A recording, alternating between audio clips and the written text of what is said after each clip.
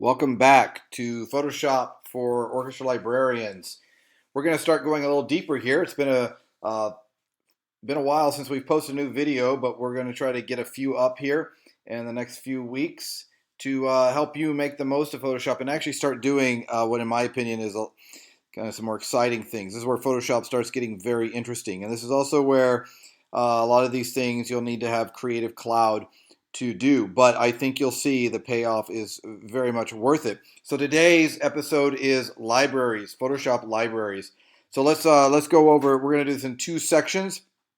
The first section, I'm just going to show you how libraries work and how to create a library. The second section will be, I'll show you a little bit more about how I create the different graphic elements that I add to the library. So let's start off with the first part. Where do I find the libraries? Well, I have libraries here docked in this tab, and so that's where it is for me. But if it's not there, then we can always go up here to the window and click on libraries, and it will show up, and then I just dragged it into docket here. So that's where we find libraries. This is a library I've already created. I'm just going to show you a little bit how things work. I have 4 individual elements in this library, and so this Allegro Molto, I can just drag it into my document, and there it is. Now this, if you see it with the crossbars, this is a linked item. It's going to be linked to the library.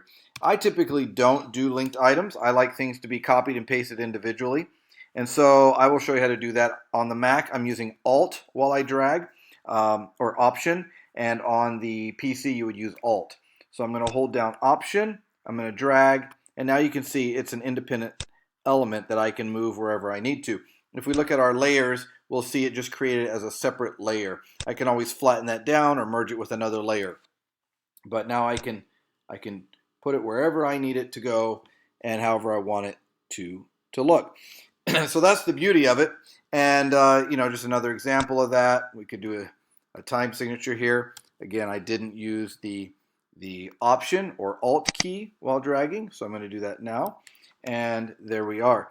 Now, one of the things that you may be wondering, some of those of you who maybe are a little new to Photoshop, is how this is transparent, how we got that 2-4 to paste in there that way. That's going to have to do with the fact that when we created this graphic, we made sure there were no white pixels. Sometimes we actually want white pixels because we want it to cover up things, as we did with this treble clef and key signature. So again, I'm going to hold my Option key, I'm going to drag that, and now I have this item that I can put wherever I need it to be. And there we go. So that's how libraries work. You can do the same with dynamics and all that sort of thing. So you've got the basic idea. Okay, so how do we create a new library? Well, when you open up your libraries, if you haven't done this before, it's probably going to open up with My Library. And that's just a basic library. It already exists. And what we can do is we can drag an item into it. So I could drag this fermata. Let me just actually get a hold of it. Oops. Drag this fermata over here. There we are. I now have it down here. And I can, again, put that wherever I need it.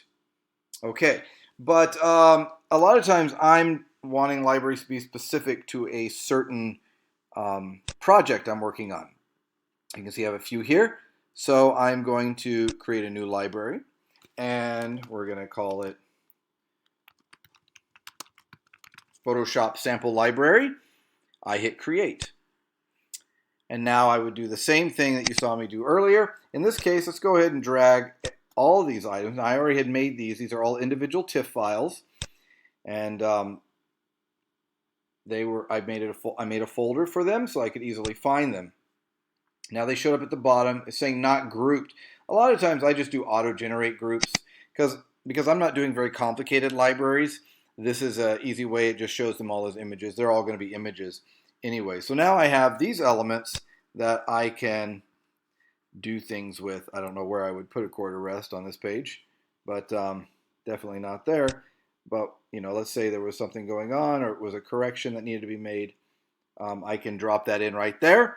And you'll see that all of these items have just been showing up as individual layers. And so that's how libraries work. That's pretty simple, quite easy.